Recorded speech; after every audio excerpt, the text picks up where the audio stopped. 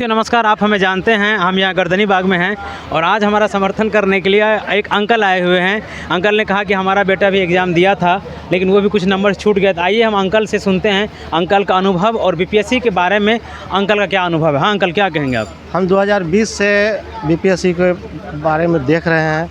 प्रतिदिन 3 से 4 बार हम बीपीएससी का साइट खोल करके उसका एक्टिविटी वॉच करते हैं। इतना तो अंकल हम लोग भी नहीं देखते हैं। हाँ, नहीं, हम प्रतिदिन देखते हैं। जी जी। और 2020 में मेरा बच्चा पीसीएस का दिया था एग्ज़ाम, 88 नंबर आया था। अच्छा, 1-2 महीना की तैयारी किया था, ज़्यादा नहीं। तो उसको उत्साह बढ़ा कि नहीं, हम भी दे सकते हैं। हम कहें कि बेटा 10 नंबर और खाली बढ़ने की चीज़ है। 88 आया, 98 हो जाएगा क्लियर तुम्हारा। तो प्रयास करना शुरू किया प्रतिदिन। वो उस समय से 5 साल 6 साल हो गया है, लाइब्रेरी में ही रहता है। तो सिर्फ खाना खाता है, घर आकर के उसके बाद लाइब्रेरी जाता है। उसका घर का कोई काम उसको ऐसे भी किसी को काम कोई नहीं देता। जी जी। सिर्फ पढ़ना है, खाना है। जी। कभी पैसा का दबाव नहीं देते हैं, पैसा जो भी मांगता है देते हैं।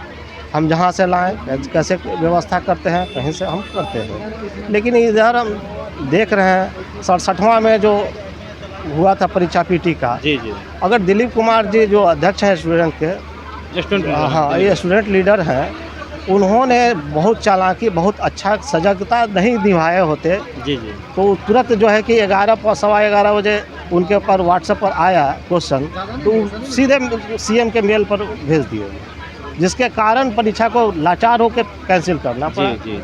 तो हम दिलीप कुमार जी बहुत अच्छा काम किए, जिसके कारण वो गलत हाथों में परीक्षा नहीं गया। जी। सही से फिर पूरा परीक्षा हुआ। इस 17वां में हम देख रहे हैं जब से परमार साहब आए हैं। अतुल प्रसाद जी ठीक थे। जी। हाँ, आर के महाजन को हम देखे हैं। जी जी। अतुल प्रसाद जी को देखे हैं, परमार साहब को देखे हैं। जी जी। 3 चेयरमैन को देखे हैं, जिसमें अतुल प्रसाद जी काफ़ी अच्छे थे। जी। उनसे कुछ गलतियां हुए हैं। गलती होना एक मानव जात का ये है, अधिकार भी बनता है। भगवान से गलती नहीं होता, इंसान से गलती होता ही होता है। जी जी।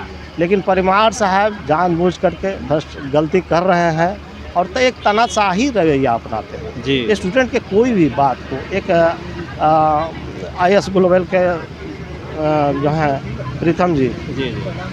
आप वो सारा सबूत दिखा रहे हैं, सारा सबूत रिक्वेस्ट कर रहे हैं, निवेदन कर रहे हैं कि सर हमारी बात को सुन लिया जाए। हमारा पेपर को किसी पास वाले से तुलना कर लिया जाए। लेकिन थोड़ा सा रिक्वेस्ट नहीं। जी जी जी। तो ये तो तानाशाही हो गया। जी। आप स्टूडेंट के परीक्षार्थी के चेयरमैन है, परीक्षा लेने का एक आयोग का चेयरमैन है। आप किराएदार हैं, आयोग संस्था तो हम लोग का है। संस्था तो बिहार का संस्था, बिहार का, विद्यार्थियों का है। विद्यार्थियों का है। हम गार्जियन कहाँ तक कब तक पैसा देते रहे जी जी। बच्चों को? इसलिए हम 17वां में देख रहे हैं कि जो IAS ग्लोबल के जो प्रीतम जी हैं, काफ़ी मेहनत बेचारे किए हैं।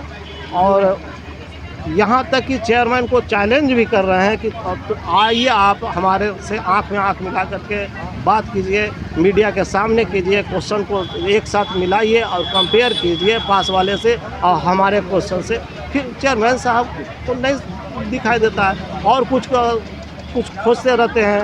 333वां वाला के डाल दिया इंटरव्यू। जी। अरे गरीब अमीर क्या होता है? स्टूडेंट होता है। स्टूडेंट ना गरीब है ना अमीर है। जी जी। जो पढ़ता है, जो ज़्यादा पढ़ेगा वही पास करके हो सकता है अंकल, ये भी तो हो सकता है कि बीपीएससी उसको बोला होगा तुमको डीएसपी बना देंगे, तुम अपना एक इमोशनल वीडियो दे देना, ये भी तो हो सकता है। लालच हो सकता है उस सेटिंग से ही आया होगा। जी, ये भी तो हो सकता है। बिल्कुल। चेयरमैन साहब के अधीन में होंगे। जी।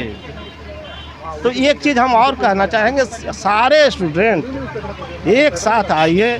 सारा स्टूडेंट, जितने बिहार के स्टूडेंट हैं जो 10वां भी पास किए, गार्जियन जो 10वां पास किए, 5 साल में 78वां देंगे। जी जी। 5 साल बाद वो 78वां देंगे, 69वां देंगे, है ना? 72, 73, 74, 74, 75, 76, 77, 78, 79, 80 करते रहेंगे। जी जी। लेकिन बस यही रहेगा, वही रोड पर बैठेंगे। जी। 5 साल बाद जो आज 10th पास करके आए हैं वो 5-6 साल बाद जो है बीपीएससी के एस्पिरेंट होंगे जी। एस्पिरेंट होंगे और रोड पर धरना प्रदर्शन में भाग लेंगे। इसलिए गार्जियन, सारे बिहार के जितने गार्जियन हैं, जो बच्चे जिनके बच्चे पढ़ रहे हैं 10वां से इंटर बीए ये भी कर रहे हैं, तो सारे गार्जियन को आगे आना चाहिए और छात्र को अपने बच्चे के हित के लिए, भ्रष्टाचारी को खत्म मिटाने के लिए चेयरमैन जैसे अड़ियल और जिद्दी जो हैं, या बिहार कर्मचारी चयन गजब का है जी।